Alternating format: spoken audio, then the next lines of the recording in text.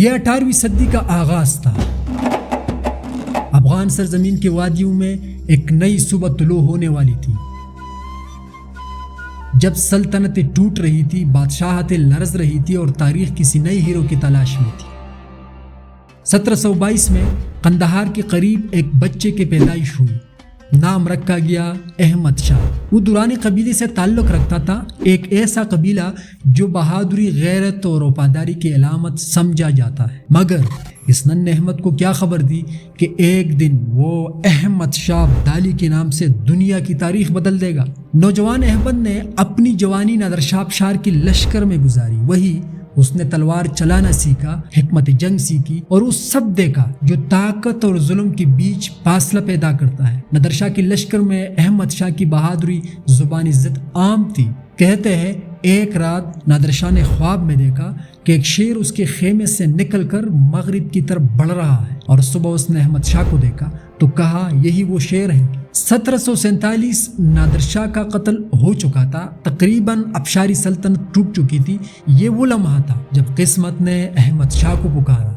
قندھار میں افغان سردار جمع ہو گئے، سب کی نگاہیں ایک جوان پر ٹھہر گئی، وہ بہادر جوان جس کے آنکھوں میں بصیرت تھی اور ہاتھ میں وہ تلوار جس نے نادر شاہ کے ساتھ کئی جنگیں جیتی تھی۔ سب نے کہا ہم تمہیں اپنا بادشاہ مانتے ہیں، اور یوں احمد شاہ نے افغانستان کی پہلی دورانی سلطنت کی بنیاد رکھی۔ احمد شاہ نے قبائل کو متحد کیا، پختون، بلوچ، تاجک، ہزارہ سب ایک پرچم تلے۔ یہ آسان نہیں تھا، مگر اس کے الفاظ میں تاثیر تھی۔ وہ کہتا تھا اگر ہم ایک نہ ہوئے تو دشمن ہمیں ایک ایک کر کے مٹا دے گا۔ 1748 سے 1761 تک احمد شاہ نے بار بار ہندوستان کا رخ کیا۔ مغل کمزور ہو چکے تھے، مرہٹے طاقتور تھے، ان کے درمیان ایک نئی طاقت ابھر رہی تھی، احمد شاہ ابدالی۔ جنوری 1761 میدان پانی پت دہلی کے قریب ایک طرف احمد شاہ ابدالی کا لشکر افغان، پختون، بلوچ، ترک، ازبک، تو دوسری طرف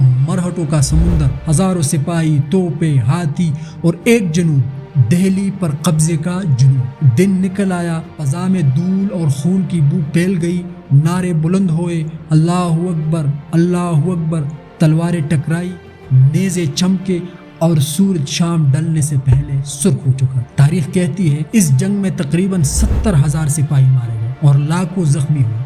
مرہٹوں کی طاقت ٹوٹ گئی، ان کی سلطنت بکھر گئی، اور احمد شاہ ابدالی ایک فاتح کی طرح نہیں بلکہ ایک غمگین بادشاہ کی طرح واپس لوٹا، کیونکہ اس نے جیتا بھی اور کھویا بھی بہت کچھ۔ یہ پتہ اس کے لیے ایک بوجھ بن گئی۔ خون سے رنگے زمین پر جیت کا جشن نہیں ہوتا۔ واپسی پر احمد شاہ ابدالی نے اپنی سلطنت کو مضبوط کیا۔ کابل، قندھار، ہرات، کشمیر سب اس کے زیر نگین آئے، مگر وہ جانتا تھا کہ تلوار ہمیشہ حکومت نہیں کر سکتی۔ اس نے عدل قائم کیا، رستے کھلوائے اور تجارت کو پرو دیا، لیکن وقت کسی پر مہربان نہیں ہوتا۔ 1772 میں قندھار کے محل میں احمد شاہ بیمار پڑ گیا۔ چند دن بعد وہ ہمیشہ کے لیے خاموش ہو گیا۔